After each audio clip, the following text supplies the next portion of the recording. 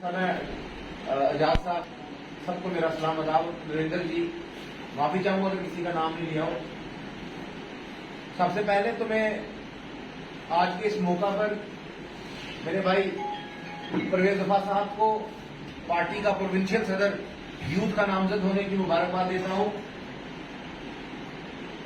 मुझसे पहले बहुत से जो पार्टी के जितने भी यूथ के वर्कर्स हैं वो अपनी बात रख रहे थे, वो सब ने अपनी बात रखी और कहा कि हमें तंजीम को मजबूत करना है, मजबूत करना चाहिए।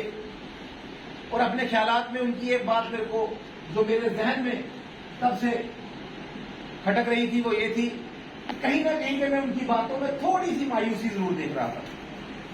वो मायूसी वो मुझे ये लग रहा था कि उनको ऐसा अंदर से लगता है कि शायद पीपल्स डेमोक्रेटिक पार्टी का यूथ कमजोर है। कुछ नए साथी होंगे इस तंजीम में। परवेज वफा साहब जानते हैं, चूंकि 2011 से हमने रजत जी हो गए, सचिन जी हो गए, बड़ू साहब हो गए, हमने एक मजबूती के साथ एक दूसरे की बाजू बन के, एक दूसरे का कांधा बन के, एक दूसरे की पीठ बन के, एक दूसरे को मजबूत करने की कोशिश की, ना सिर्फ अपने लिए लेकिन सिर्फ पार्टी के लिए। और उस दौर से लेके आज तक मुझे नहीं लगता मैंने इस तंजीम के नौजवान को कभी कमजोर देखा। बीच में मायूस जरूर हुआ होगा, लेकिन पार्टी कभी कमजोर नहीं और पार्टी का यूथ कभी कमजोर नहीं हुआ। हमने परवेज वफा साहब इस चीज को जानते हैं। हमने पार्टी की यूथ के लिए जब हमें कोई कॉल आई होगी हम हाजिर हुए, और हमने चाहे चुनाव वैली हो बिना ओहदों के, ये भी मैं आपको कहने की बात है। आज लोग कहते हैं कि जनाब हमें ओहदा दीजिए, हमें ये दीजिए, हम ये करेंगे, हम वो करेंगे। 13 साल मैं अपनी बात करूंगा, 13 साल तक ये परवेज वफा साहब जानते हैं कि मैंने बिना किसी ओहदे के पार्टी की एक छोटी सी आवाज के ऊपर जहां आवाज मिली होगी हम वहां खड़े हुए। हमने खिता चुनाव की भी दौरे किए, हमने पीर पंजाब के दौरे किए, कठुआ के दौरे किए, और मैं समझता हूं और उन दौरों का नतीजा ये था कि जब भी हमारे प्रोग्राम्स होते थे यहाँ पे लोग दंग रह जाते थे। यहाँ पे चैलेंजेस दिए जाते थे कि दशहरा ग्राउंड का फंक्शन कौन कामयाब करेगा। मेरे भाई ने अभी मुस्कुराहट दी, उनको मालूम है जब ये कहा गया कि चैलेंज दिया गया कि दशहरा ग्राउंड बीजेपी का तो कैसे पूरा करेंगे। इतने लोग वहां पे हाजिर थे, इतने नौजवान वहां पे हाजिर थे कि हमारे जलसे से बाहर लोग ज्यादा थे। तो पीडीपी कभी कमजोर नहीं थी मेरे भाइयों, ना इंशाल्लाह होगी।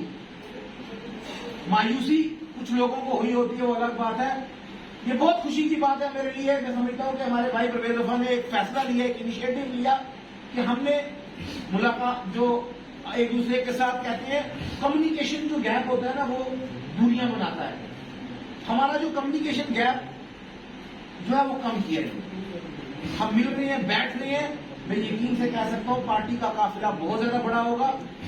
और एक बात और मैं कहना चाहूंगा परवेज वफा साहब, पार्टी ने मुझे जब से यूथ कोऑर्डिनेटर की जिम्मेवारी दी है खिता पंजाब के, मैंने हर जोन में इस वक्त जो है हर कॉन्स्टिट्यूंसी की जो है मैं लिस्टें बनवा रहा हूं। मैंने अपनी सियासी जिंदगी का सफर आगाज जो था मैं समझता हूं जम्मू में रह के आप सबके साथ किया है। हमें खिता पंजाब के साथ मिलकर हमने जो काम किया, अब चाहे खुशकिस्मती समझो, बदकिस्मती समझो, हमारी अभी जो डिलिमिटेशन है, डिलिमिटेशन का शिकार हम हुए। डिलिमिटेशन का शिकार हम इस तरह से हुए, सियासी कार्यकर्दगी, हमारा रहन, हमारा सहन, उठना बैठना सब इस जम्मू के साथ है। लेकिन हमारी सुई जो वो मैं बड़ी मतलब ऑनेस्टली बात करनी चाहिए, पार्टी के अंदर बैठे हुए ऑनेस्टली बात करनी चाहिए।